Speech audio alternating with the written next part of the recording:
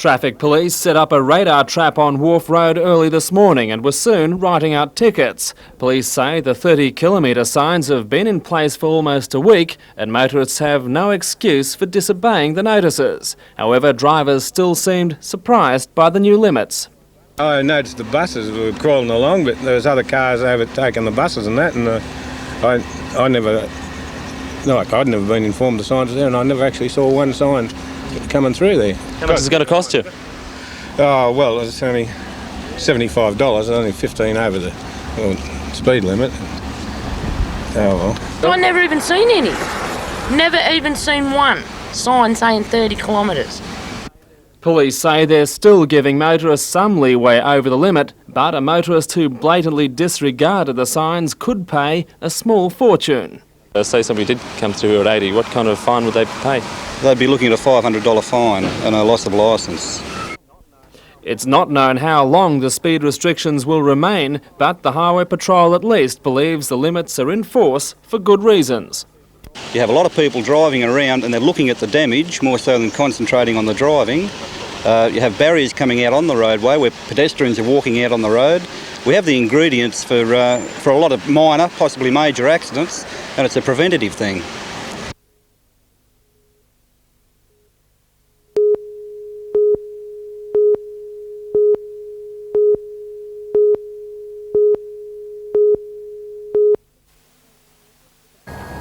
The Coast Walkers began their 1,000-kilometre walk at Tweed Heads on December 3. Their ultimate destination is Manly. Today, after 4 weeks, the 17-strong group walked from Dark Point near Mungo Brush to Hawk's Nest. The Coast Walkers are warning communities of issues listed in a state government report.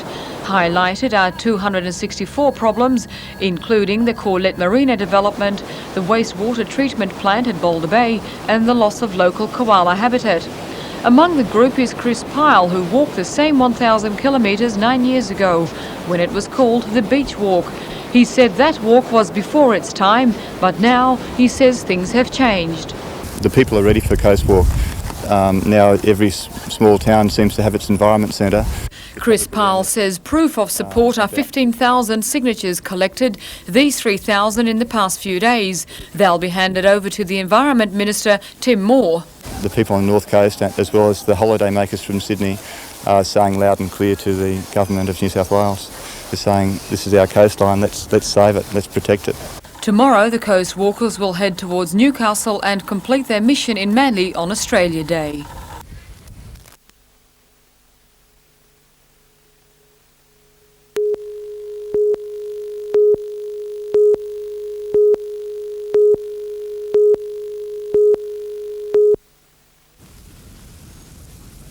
"29 boats from Victoria, New South Wales and one entrant from Japan have been hard at it on the lake over the past 7 days, sailing 6 heats to determine the champion. Now it appears that to be a J24 skipper, you must dream up an imaginative name for your vessel. Such grandiose titles like Wada Wappa Woomera, Haywire, Fruitcakes, Two Dogs, Non-Stop Erotic Cabaret and Stock Car just spring to mind. But one thing is certain about these skippers and their craft, they are very serious when the starter sets them loose. Going into today's 6th and final heat, Rob Brewer and Stock Car were hanging on to a slender lead from Ian Bashford's Fruitcake and Rob Weiss's Two Dogs. Fruitcake got away to a good start and Bashford sailed a brilliant heat to win from Stock Car and Two Dogs. But the second place to Stock Car was enough to clinch the Australian title by 3.5 points from Fruitcake. Stock Car finished with 3 firsts, a second and a fourth, while Fruitcake's record was 1 first, a second, a third and 2 fourths. Two Dogs was third.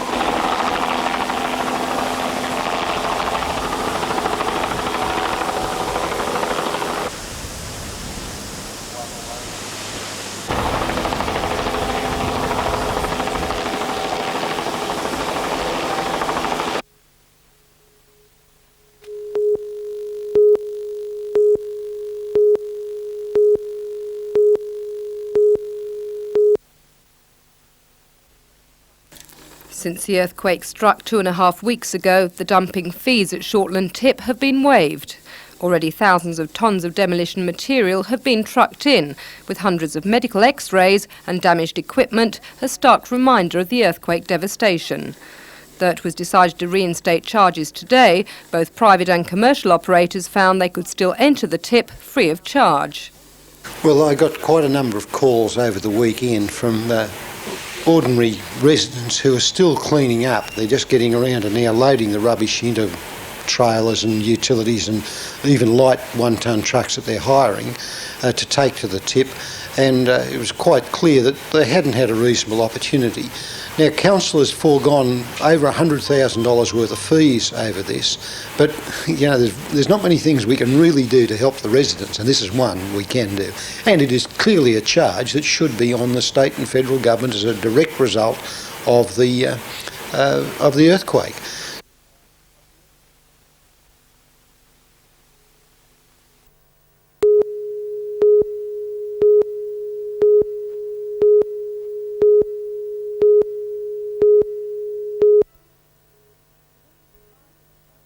The very survival of Beaumont Street, Hamilton, rests on the support of hundreds of iron posts. Since December 27, they've kept much of the CBD standing, offering vital stability to shopfront awnings that are characteristic of many of the city's older buildings. 3 people lost their lives in Beaumont Street when the quake sent tons of brick, glass and shopfront awnings tumbling down upon them. Now the experts say those awnings should never have collapsed if they'd been secured properly in the first place. That the awnings were held back by tie rods. And the tie rod was only fixed into the brickwork with a 4 to 6 inch diameter bolt only in the brickwork. Above that particular fixing point, typically it seemed that there was a parapet which was unstable due to lead flashing in it. And so when the shake came through, the brickwork above the flashing fell over onto the awning. The load of the brickwork on the awning pulled the bolt out of the tie rod, and hence the awning was then unstable and collapsed down into the street. According to engineer Ian Peterson, if the awnings had been bolted into the roof structure instead of just screwed to a wall, they'd have been able to withstand the crumbling parapets. But because they were unstable, they virtually collapsed under the strain, pulling down the entire shop front as they went. Mr Peterson says many of the older awnings had originally been supported by posts, as these photos taken in Hunter Street at the turn of the century show. However, in 1927, Newcastle City Council ordered all posts be removed within 18 months and replaced with tie rods. In 1955, the state government passed legislation banning support posts on the footpaths. Ian Peterson says many of the older buildings just weren't designed to withstand that change. As a result, the revamped awnings weren't stable. But ironically, the posts are now back. Ian Peterson says without them, many of the damaged awnings would now collapse. And he says for the time being at least, they will remain a familiar sight. They'll be around as long as it takes the owners to get in and either repair the bolt fixing by tying it properly back into the roof structure to make it safe for the people underneath, or until such time as they remove the awning. The awnings have to be tied back into the structure properly, and I think it's upon every owner of a building who has an awning to make sure that it has been tied back, and if he doesn't do it, I think he's being negligent.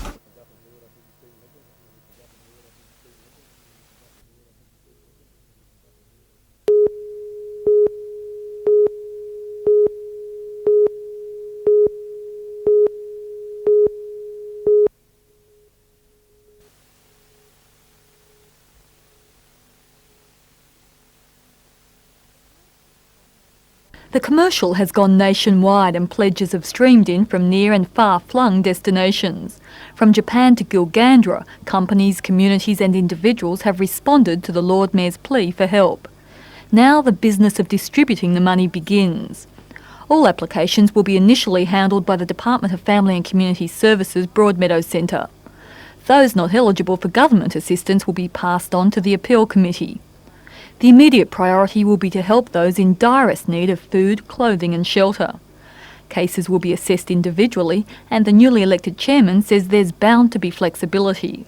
There will be sufficient flexibility to ensure that people do not suffer hardship, and of course acting within the trust deed that's been drawn up to manage the funds. Pledges currently stand at more than $2.3 million. with $1.3 million received and invested in a high-interest bank account. The group will meet again in 12 days' time to consider the most needy applications. Mr Druce says the first cheque should be in the mail within a fortnight. The committee is acting very quickly as possible to ensure that money is spent in those cases where there is real hardship.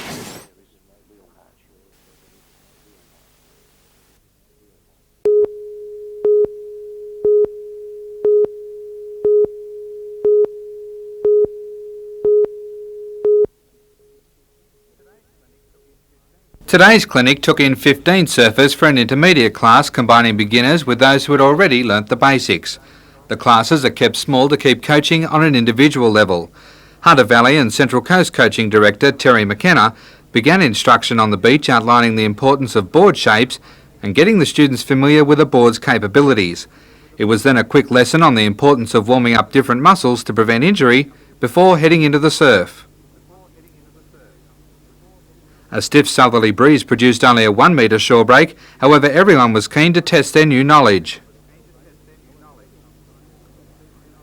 Guided from the beach by Terry, the advanced surfers were instructed on how to surf for competition, learning the basics of tactics and dividing heats up into time brackets to perform different manoeuvres.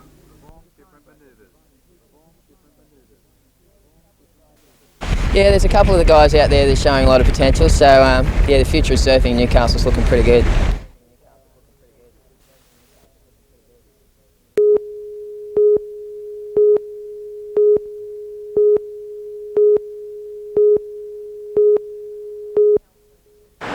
The council says the building wasn't damaged in the earthquake 3 weeks ago. Instead, a demolition order had been sent to the owner, Leo Maley, last September, saying the building was in a dilapidated condition and dangerous to people using the public place. The order specifically refers to the awning and one of the parapets. Early in December, an internal council memo stated Mr Maley hadn't complied with the demolition order and that he may obstruct any demolition and that protection for workers may be required. Mr Maley says he knew nothing about the demolition order and that council shouldn't touch his building.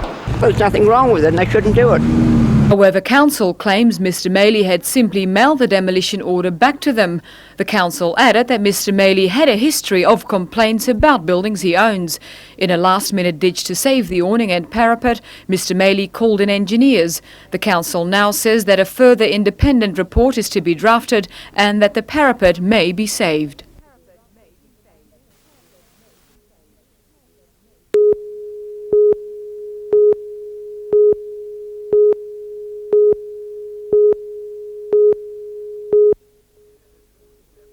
Linda has firmly established herself as one of this country's most accomplished softballers at the tender age of 19. Linda has won honours in the game from an early age and in 1989 toured with the Australian Open side to the Intercontinental Cup in Italy. At these championships, the Aussies achieved a marvellous result, finishing third behind China and Puerto Rico. Linda was the only member of the Australian side to be given an award at the carnival, being named the best second base player ahead of candidates from 10 other countries, including the United States. The young lass from Qatar also represented her country at the World Youth Championships in Oklahoma City and is now looking towards selection in the Open team for this year's World Championships.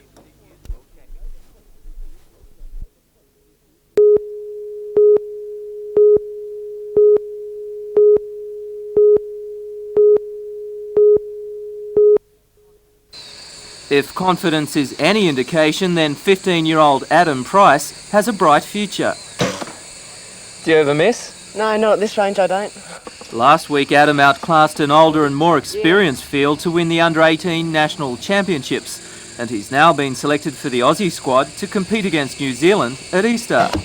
Adam has been in the sport just 2 years, following the footsteps of his childhood heroes. Bit on cowboys and Indians, and I started off with a little bow that I brought and I just shot at the boxes and I thought I'd like to learn more.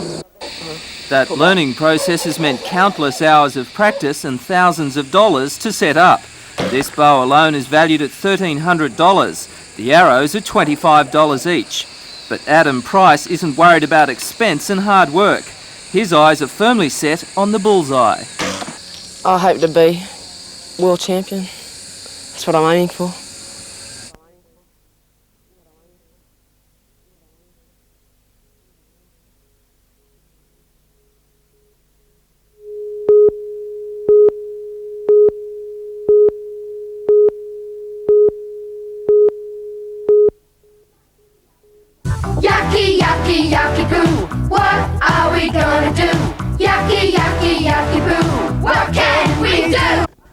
national advertising campaign is urging all Australians to pick up rubbish in their communities next Sunday.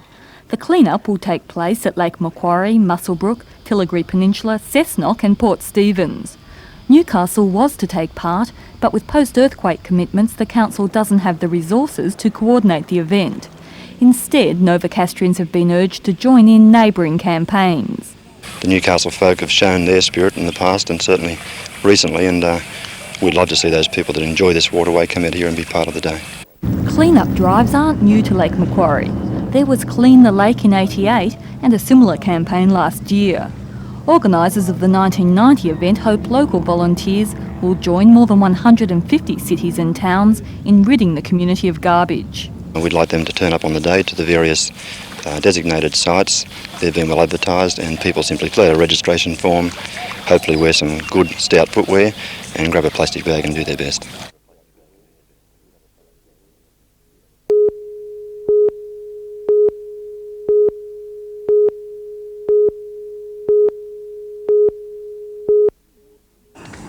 When it comes to aerobics, Lynn Walker is Australia's best. In her first year of competition, she clinched the 1989 state and national titles. This June, she'll compete in the world titles. Her reputation inevitably draws packed classes, as it did last night at Newcastle. There were those hopeful of following in her Reebok-clad footsteps, others just wanting a good workout and a bit of fun. Well, we're going to do what's called a combinations class, where you link lots of moves together to end up with something quite complex. If they get it at the end, they're going to feel great, really satisfied, but there could be a lot of frustration on the way, but I think in the end they'll have a lot of fun.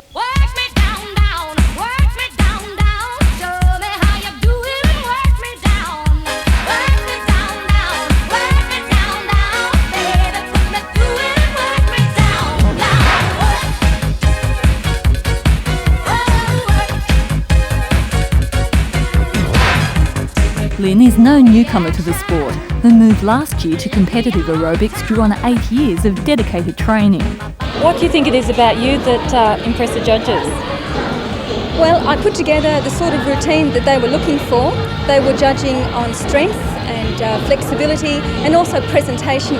And I find that when the music starts, I just feel great.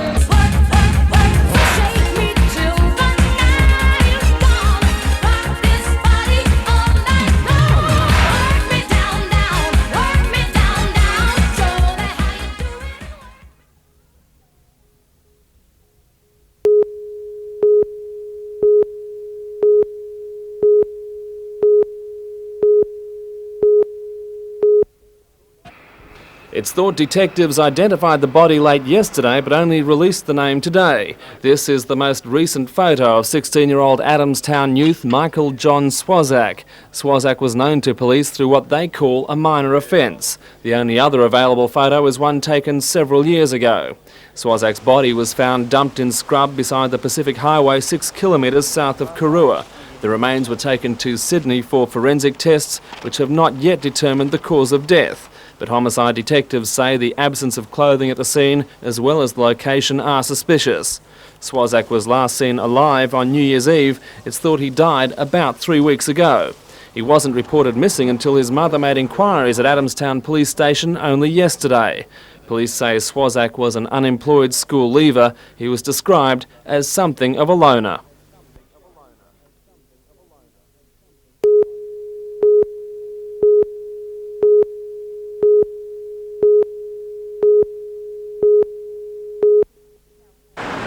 The council says this 69-year-old building wasn't damaged during the earthquake. A demolition order was sent to the owner, Leo Maley, last September because the building was in a dilapidated condition and dangerous to people using the public place.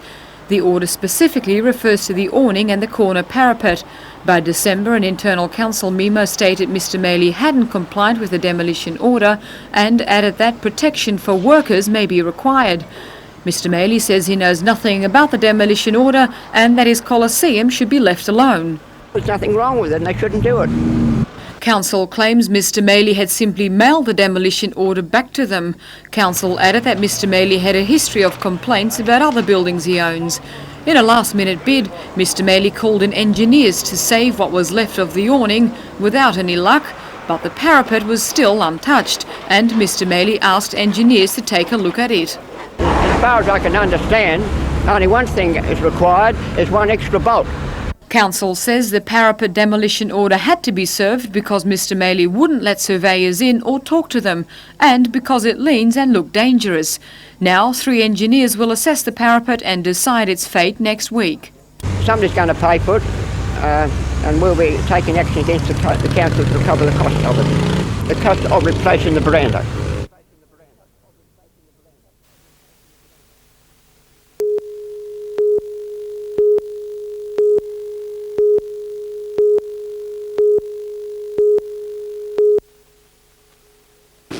The event is in memory of Johnny Hoskins, who founded Speedway at West Maitland in 1928 and introduced the sport to England in the early 30s. Current New South Wales champion Todd Wilshire will be up against his toughest competition this season as 7 international and 8 other Aussie riders go spoke for spoke.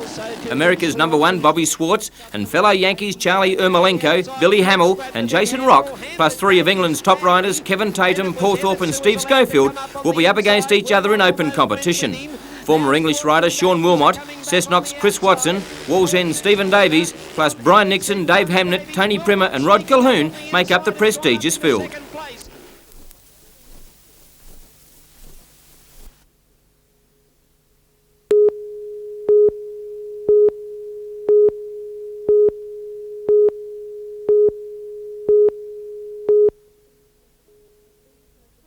These distressing pictures show the tragedy of this week's Queensland botulism outbreak. So far, 4,500 cattle have died, their carcasses bulldozed into massive graves dug on the 2 affected properties, the elders-owned Beef City west of Toowoomba and Binawee near Ogie. Already the deaths are estimated to have cost the beef cattle industry more than $4 million. Urgent investigations have begun to determine the possible cause. Botulism is a disease which thrives in an oxygen-sterile environment. Veterinary officers believe the source may have been in a load of chicken litter delivered to the 2 contaminated lots just prior to the outbreak. Well, the chicken litter at the centre of the Queensland botulism scare is quite a cheap source of protein. It comes at about $80 a tonne. Here at Aberdeen's Scrumlow feedlot they use this. It's cotton seed meal and it's much dearer, $240 a tonne in fact. But now for Scrumlow, it's been a worthwhile investment. We've never used chicken litter. We never would use chicken litter. Why not? Why not? I just don't like it. I mean, I'd rather use cottonseed meal, which I know is right all the time. But Mackley Warner, manager of the giant Scrumlow lot, admits he still hasn't had a good night's sleep since news of the outbreak reached him early on Wednesday morning. I have to admit I jumped out of bed rather quickly and came to work. Obviously anything that kills 4,000 cattle is a concern until you know what it is. How closely will you be watching the results of those tests? I'll be watching them very closely, very closely. Scrumlow management are taking no chances as a result of the scare. Now they have 2,000 head of cattle on the lot. It's by far the biggest in the Hunter. All those beasts are bound for the Japanese market and they're worth more than $2 million. Extra care is being taken with feeding arrangements. Feed mixture, always carefully screened, is now being double-checked. But Mac insists, in the Hunter Valley at least, there is still no need for alarm. You're using the best and freshest feedstuffs at all stages. You're monitoring them. Our buyers know that our cattle are right. I mean, when they go to the meatworks, they're tested by the meat inspectors. I mean, nothing leaves Australia, period, that isn't healthy, and nothing would leave this feedlot unless it was healthy, and I thought it was healthy.